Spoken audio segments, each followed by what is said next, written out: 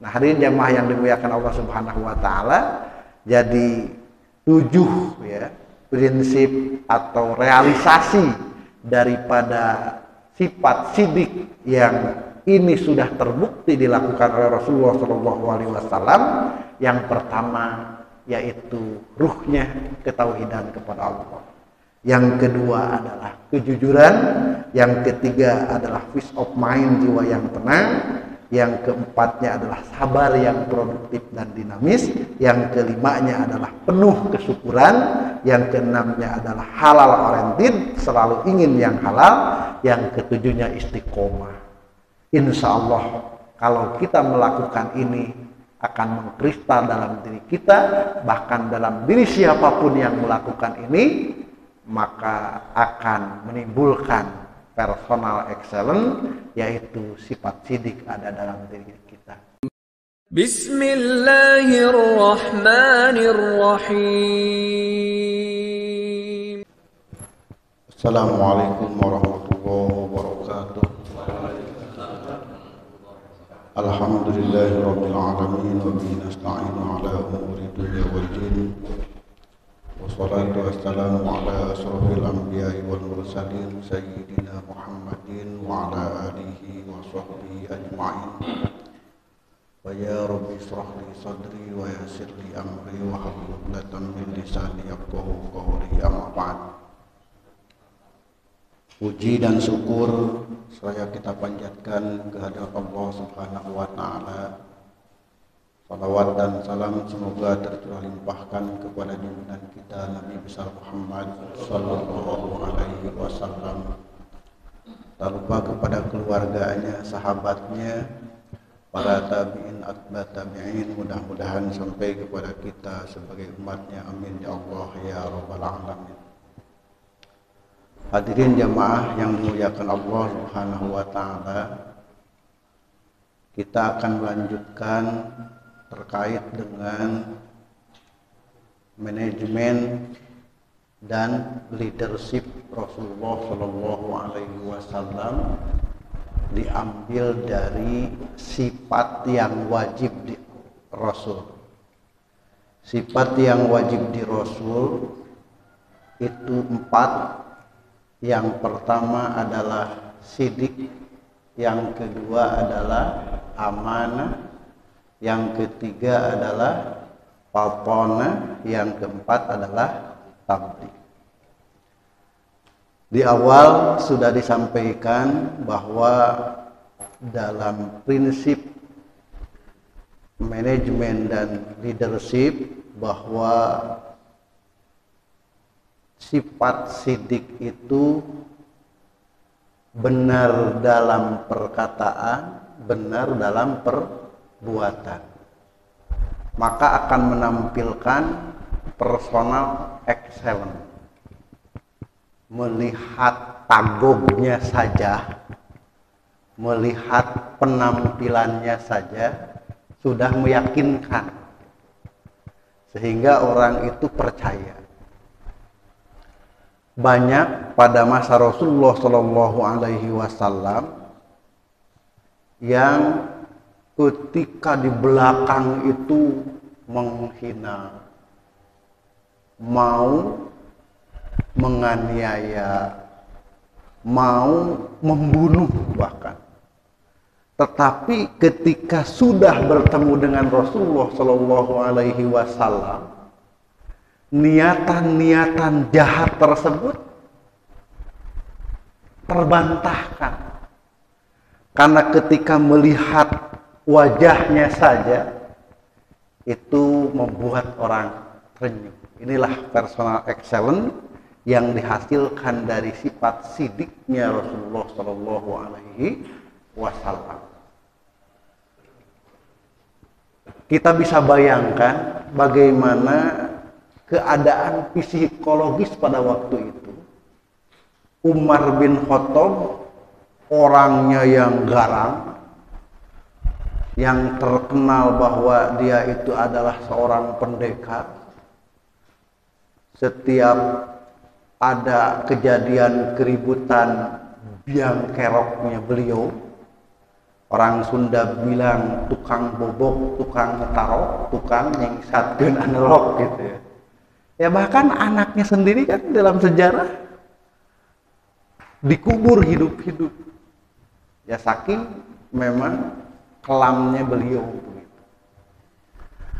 Nah, tetapi apa yang terjadi selain tadi dibacakan kepada beliau ayat-ayat Al-Quran, salah satu kemukjizatan daripada Al-Quran, dan ketika ketemu Rasul itu membuat adem begitu ya. Membuat adem. Nah, inilah yang disebut dengan personal excellence daripada Rasulullah Shallallahu Alaihi Wasallam.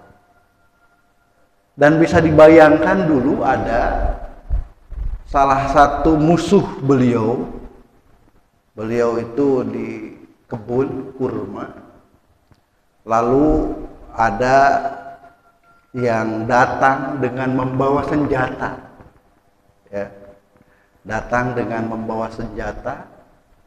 Kata musuhnya tersebut, "Wahai Muhammad, hari ini hanya ada engkau dan aku. Kamu akan meminta pertolongan kepada siapa? Karena hari ini aku akan membunuhmu." Tetapi ketika dilihat oleh Rasulullah dan dengan keyakinan beliau mengatakan, yang akan menolongku adalah Allah. Bayangkan, ketika mendengar yang akan menolongku Allah, yang membawa senjata itu gemetar sehingga lepas pedangnya dari tangannya. Lalu dibawa oleh Rasulullah Shallallahu Alaihi Wasallam pedang tersebut, dibalikan sekarang. Sekarang siapa yang akan menolong? Jadi karena sidiknya Rasulullah, satu ucapan, satu perbuatan, ini membawa karisma yang luar biasa.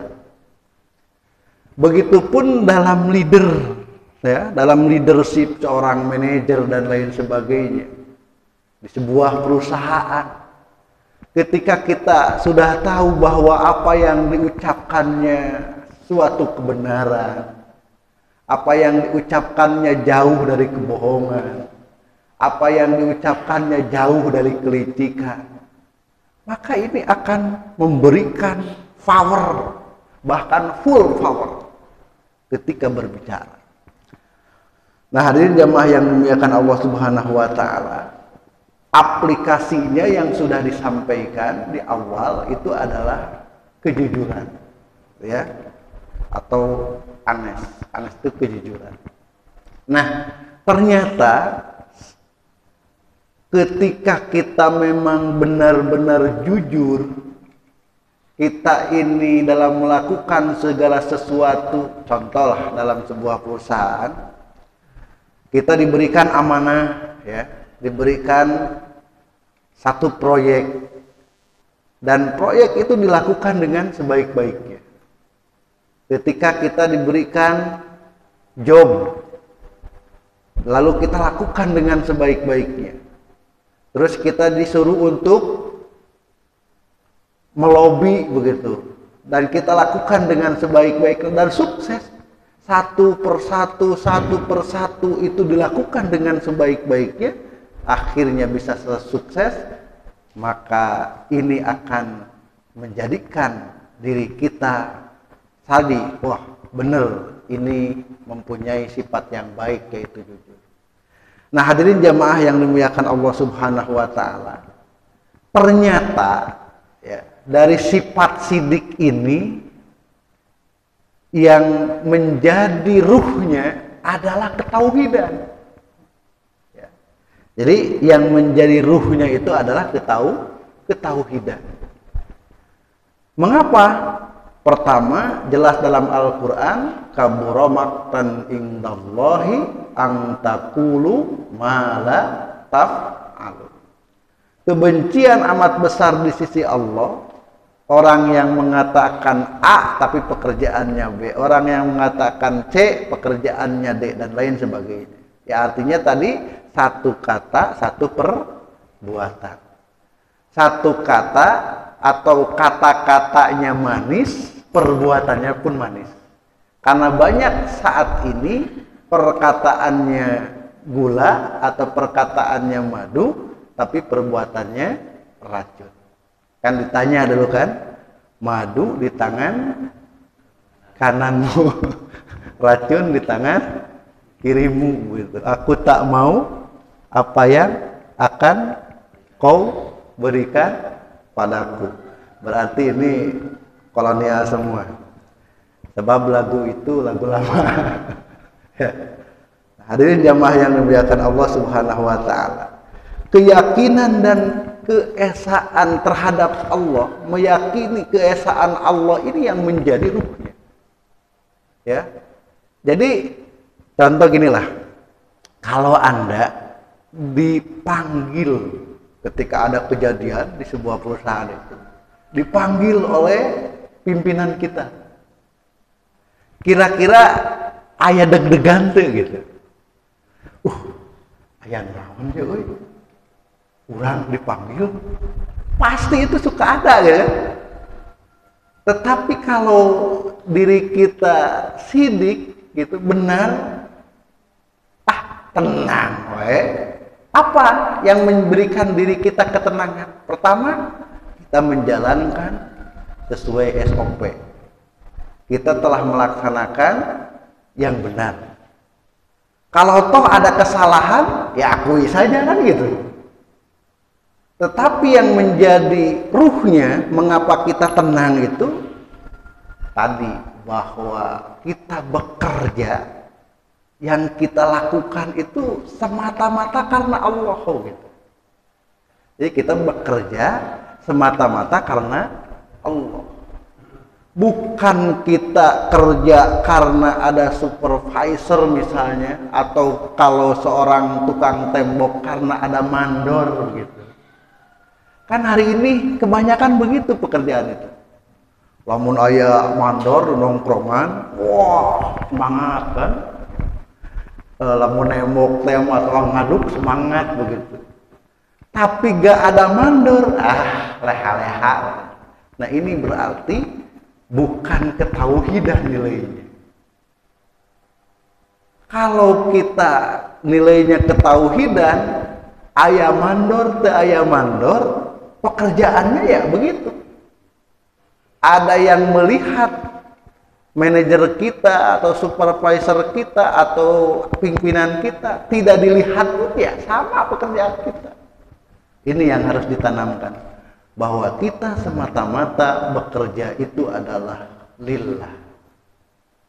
Dan kita meyakini bahwa ini adalah perintah Allah.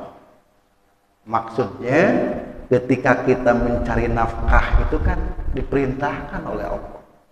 Bahkan nilainya pun jadi jihad, karena kita menghidupi anak istri kita dengan nafkah itu. Ikhtiar. Nah hadirin jamaah yang dimuliakan Allah Subhanahu wa taala. Maka ketika ada panggilan, ya, ketika ada panggilan itu tenang we. Ya, ketika seandainya kita melakukan kesalahan begitu, ya akui saja kan gitu. Jangan bersilat lidah. Kecuali ya kalau argumen-argumen yang memang betul-betul valid gitu ya.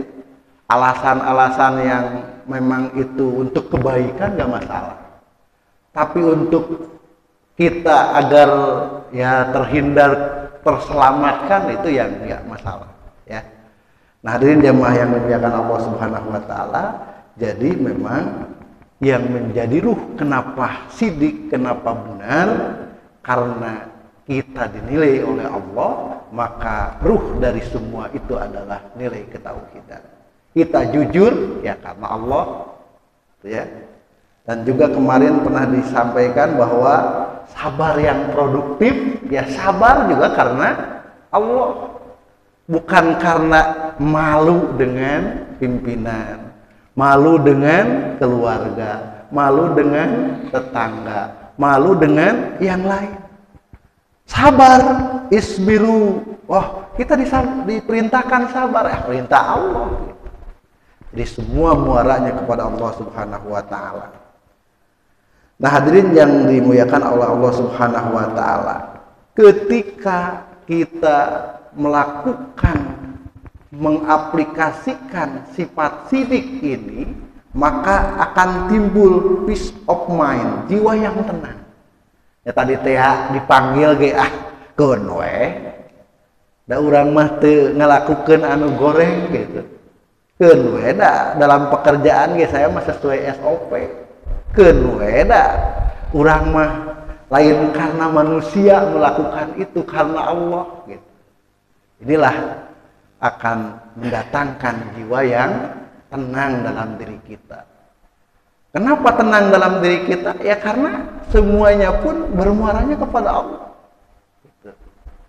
Kan akhirnya kalau seandainya resiko terbesarnya kita difitnah misalnya, terus kita oleh pimpinan kita, oleh manajer kita, oleh CEO misalnya kita dipecat, di PHK atau dirumahkan, tinggal berani mah geus takdir Allah we gitu. Semuanya itu muaranya kepada Allah. Keun we berani mah geus takdir Allah. Da saya mah teu melakukan kesalahan, bahkan bekerja pun sesuai SOP, kerja pun saya mah disiplin begitu. Tapi mungkin karena ada desas-desus, ada fitnah dan lain sebagainya, akhirnya kita harus dikeluarkan. Keun we, kita yakin bahwa ada sesuatu yang lebih besar, ada sesuatu yang lebih baik untuk kita. Kita tidak tahu desain Allah kan.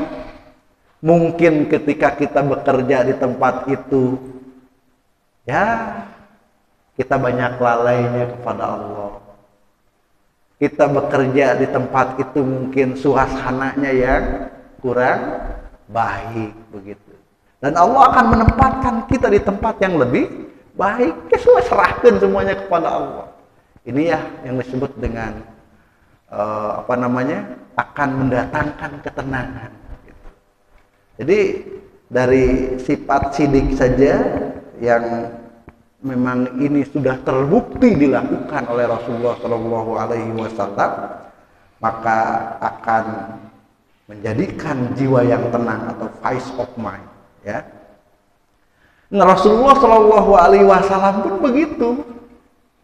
Walaupun ya dalam sebuah riwayat ya karena sifat basyariahnya beliau gitu, kegundahan itu terkadang datang. Tapi karena beliau dibimbing langsung, bahkan ketika melakukan ya kesalahan misalnya ketika punya atau datang para pejabat pada waktu itu menanyakan tentang Islam, tetapi ada yang seorang buta, maka didokumentasikan dalam Quran surah Abasa itu ya, Ummi Abi Maktum namanya. Kan sebetulnya beliau itu begini, kalau saya memberikan penjelasan kepada para pejabat itu adalah seorang yang dihormati, punya pengaruh terhadap masyarakat, maka akan banyak begitu kan, pikiran kita pun akan sama seperti itu gitu.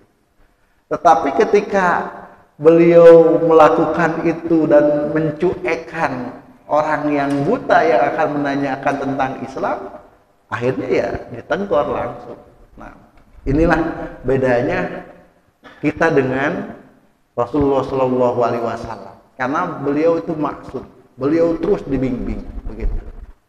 Nah, hadirin jamaah yang dimuliakan Allah Subhanahu Wa Taala, maka kalau begitu kita semua ini dan merealisasikannya, insya Allah ketenangan hidup itu akan hadir pada diri kita.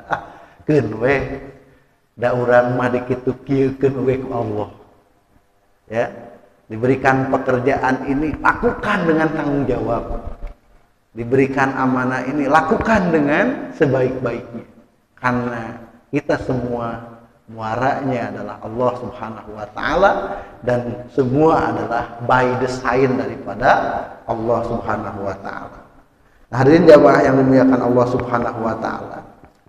Yang selanjutnya, aplikasi daripada sidik ini adalah thankful, ya.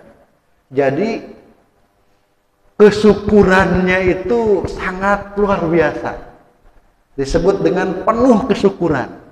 Kalau thank you itu kan terima kasih. Tapi ingat thank-nya full begitu. Sama dengan I love you full gitu. Jadi memang betul-betul penuh kesyukuran. Orang sekarang itu sebetulnya kan saling sangka sebetulnya. Pak Parlin melihat ada seseorang yang punya mobilnya mewah, rumahnya wah, pemajikannya lebih wah gitu ya. Pasti beranggapan, oh bahagia ya Maya. Dan kita pasti menyangka kan, ente mah beruntung, mobil boga, imah halus, sawah lega kan gitu, ya, jabatan di perusahaan tinggi. Belum tentu kebahagiaan itu ada hadir dalam dirinya.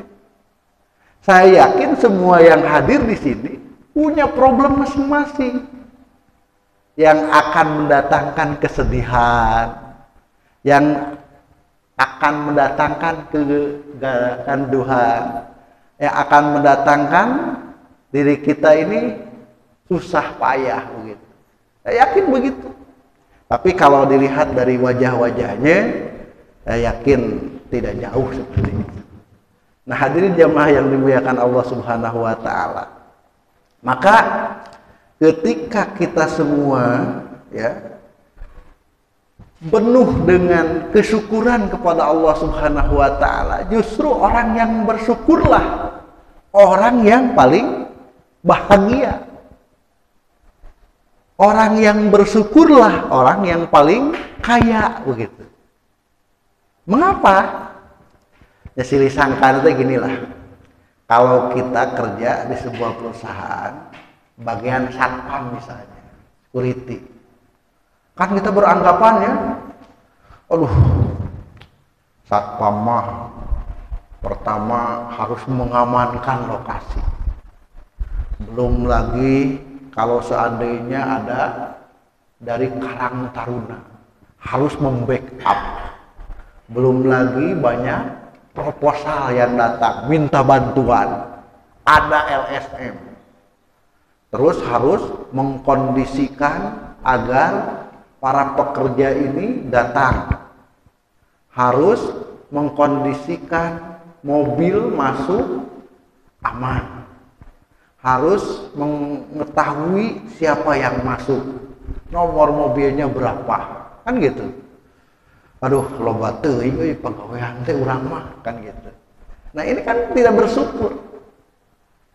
Tapi kalau seandainya dia betul-betul full kesyukurannya kepada Allah Subhanahu wa taala, ya itu dijalani dengan riang gembira gitu. Dan harus positive thinking ketika kita menjaga mobil, mengamankan mobil, ya Allah, mudah-mudahan ini ketika kita mengamankan, keluarga saya di rumah diamankan gitu. Ketika saya membackup sesuatu, ya mudah-mudahan ketika ada sesuatu saya di backup oleh orang lain kan gitu. Jadi semua apa yang kita lakukan itu, dan ketika kita menjalani profesi itu dengan kesyukuran kepada Allah, tenanglah gitu. Alhamdulillah, melihat orang lain mah tidak diberikan pekerjaan seperti ini. Nah, ketika kita melihat bagian produksi, mesti 30 tahun. Ayo we, ngeuna nu kieu gitu kan. Jenuh. Aduh, lamun aya mah neangan lain lah kan gitu. Nah, ini hal-hal seperti itu ya memang yang namanya kodrat manusia ketika terus gitu ya itu yang dilakukan, ada titik kejenuhan. Maka ya carilah variasi yang lain, artinya bukan berarti kita meninggalkan pekerjaan itu, tetapi di sela-sela yang lain ya ada refresh yang mereka ayeuna wae minggu mah tuh sakali-kali mah jika mawa tenda gitu kan. Kan refresh namanya. Healing gitu ya. Kalau healing bahasa Sunda itu menyingkirkan orang lain. Healing. Ya. Nah, hadirin jamaah yang dimuliakan Allah Subhanahu wa taala. Maka kalau seandainya kita bersyukur atas profesi saja yang kita jalani, udah enak atau hidup itu dijalani begitu. Dan kita juga menyangka, jigana lamun ayeuna teu bagian produksi, bagian supervisor itu jigana enak kuningalian we unggul, pariksaan we unggul, nanyaan we unggul. Tanggung jawabnya berbeda. Dan memang kalau suatu pekerjaan kalau berbentuk fisik ya, fisik capek gitu ya. Tidur selesai gitu. Tetapi kalau seandainya kita diberikan tanggung jawab dan harus bertanggung jawab atas segala sesuatu yang terjadi, itu kan bukan hanya fisik ya, tapi juga pikiran. Pikiran itu di bawah tidur ge anggar we aya hudang teh reut keneh. Nah, makanya ketika kita diberikan amanah jabatan terus honorariumnya atau gajinya lebih besar itu ya nggak masalah. Mengapa? Karena tanggung jawabnya lebih besar. Walaupun mungkin dari sisi fisik ya tidak terlalu berat begitu. Tetapi kan ada tanggung jawab. Gitu. Nah, hadirin jamaah yang dimuliakan Allah Subhanahu wa taala. Maka ketika kita sidik dalam diri kita karena aplikasinya adalah full tank ya, atau thankful begitu, penuh dengan kesyukuran, jalani profesi itu dengan sebaik-baiknya. Sudah berapa tahun bekerja? Ya. Ada 30, 20 tahun. Udah leukeunnan dan memang meureun kudu gitu lah. Ya. Dan memang seharusnya begitu ya. Nah, hadirin jamaah yang dimuliakan Allah Subhanahu wa taala. Dulu kalau tidak salah tentang halal oriented itu sudah ya, bahwa memang sifat sidik itu aplikasinya adalah halal oriented. Segala sesuatu itu ya yang dilakukan supaya halal gitu. Bahkan ya saat ini memang ini yang sangat kita luar biasa susahnya hari ini. Ya. Menyogok sudah terbiasa ya. Mau bekerja harus uang dulu yang masuk gitu. Nah, ini nih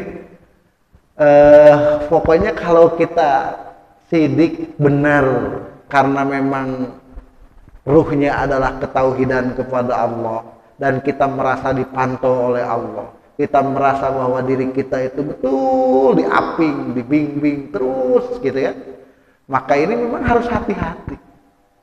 Ini kalau seandainya ibarat jalan itu penuh duri ya, penuh dengan batu-batuan yang sangat tajam, rumpil gitu. Tak orang bisa tuh mawa diri orang gitu. Dengan keadaan, dengan sistem yang hari ini seperti ini. Dengan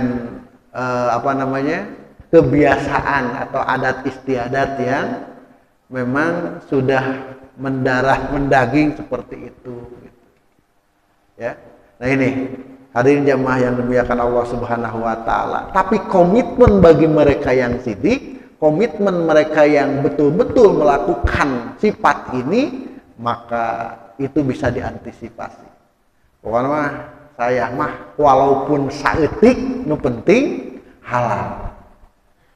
Komo lamun gede gitu kan. Ya, komo lamun halal gede gitu kan. Kan hari ini wah terkait dengan pembelanjaan. Kan marketing itu datang kepada kita, Pak, udah pakai produk saya aja gitu. Pokoknya kalau pakai produk saya ada ininya Pak untuk Bapak kan gitu. Nah itu berarti penyelewengan, penyalahgunaan dari jabatan kan gitu. Maka kalau kita lihat para pendahulu kita yang soleh, salah satunya dalam sejarah itu adalah Umar bin Abdul Aziz yang terkenal dengan masa khalifah Umayyah atau Umayyah. Dan dari kekhalifahan Umayyah itu Umar bin Abdul Aziz ini yang dalam sejarah mempunyai capaian-capaian yang gemilang. Apa yang beliau lakukan memang disiplin, halal oriented begitu. Pada suatu hari ada yang datang ke rumah beliau, ketika ditanya apa kepentingannya, apakah kepentingan negara ataukah kepentingan pribadi, maka si tamu ini menjawab, ya Syekh atau ya Khalifah, saya datang ke sini ini kepentingannya pribadi. Apa yang dilakukan? Lampunya dimatikan. Coba bayangkan lamun ayeuna ya datang tamu, Pak, punten ngomong pribadi apa ngomong tentang negara ya? Ngobrol pribadi ya orang Pareman we ngopi.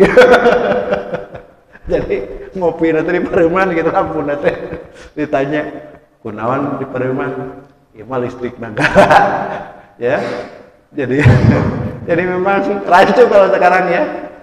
Tetapi memang seperti itu. Tadi halal oriented itu begitu. Jadi betul-betul menghalalkan gitu. Oh, ini mah fasilitas negara. Berarti ketika fasilitas itu digunakan ya untuk kemaslahatan negara kan gitu.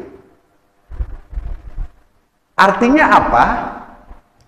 Kalau di perusahaan misalnya diberikan mobil dinas gitu ya, biasanya kan ada ya di pemerintahan, di perusahaan itu kan ada mobil dinas ya, mobil inventaris begitu. Terus kita pakai healing, ya, pakai healing yang keluarga gitu. Kira-kira pas atau tidak itu? Walaupun mungkin dari pimpinannya, pokoknya mah buat kamu masuk sajalah gitu kan.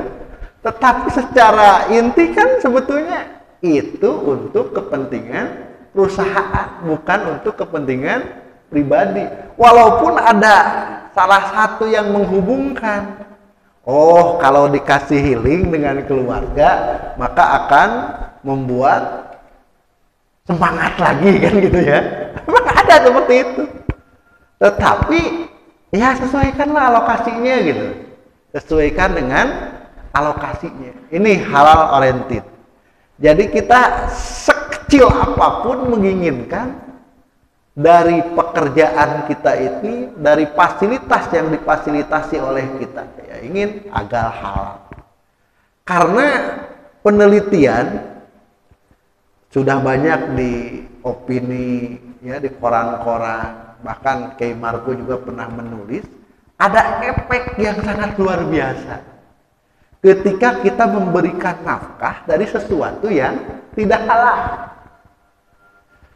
Saya melihat keluarga, beliau itu kalau pulang ke rumah, kalau musim jambu, bawa jambu itu 1, 2, 3 kerat begitu.